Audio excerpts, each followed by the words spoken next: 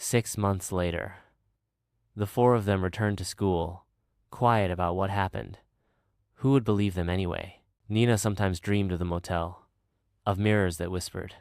But every morning, Noah would check in on her, just a text or a walk to class, and that was enough. They were different now, closer, bound by something no one else could understand. At prom, Noah kissed her again under a string of fairy lights. "You still think about it?" he asked. "Every day," Nina said. "But I don't fear it anymore. I survived it with you."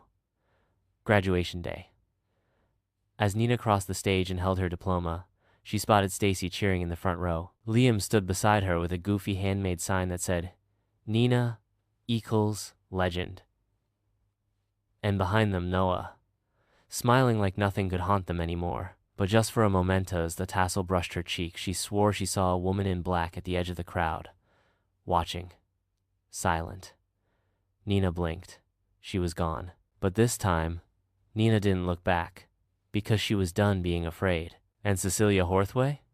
It was supposed to end with a cap and gown. Nina stood on the graduation stage, sun in her eyes, applause in her ears, and Noah's hand in hers. Stacy cheered from the front row with Liam beside her, waving a ridiculous neon sign. Melissa Rhodes, perfect and polished, struck one final selfie pose before the ceremony closed. They had survived high school.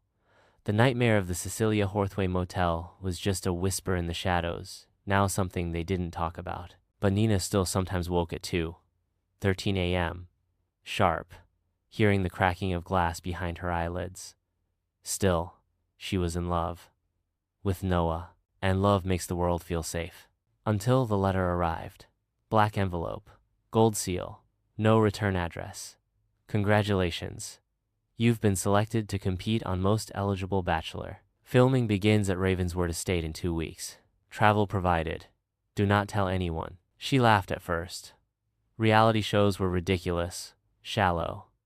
But when she texted Noah about it, he sent back a photo of the same letter, and so had Melissa. 3 from the same school, all chosen. A coincidence or something else? Nina didn't believe in coincidences anymore. Ravenswood Estate rose from the cliffs like a black crown. Jagged towers, vines wrapped around iron balconies, arched windows, darkened with age. The air was colder, hair crisp and biting, even in June. The front gates creaked open without anyone touching them. 12 contestants arrived, smiling, nervous, all eager for their 15 minutes of fame. Cameras tracked every move, lights in every room. The host, Carter Vale, oozed charisma, his smile wide but never reaching his eyes. "Welcome," he said, "to your fairy tale. Stay tuned for part 3.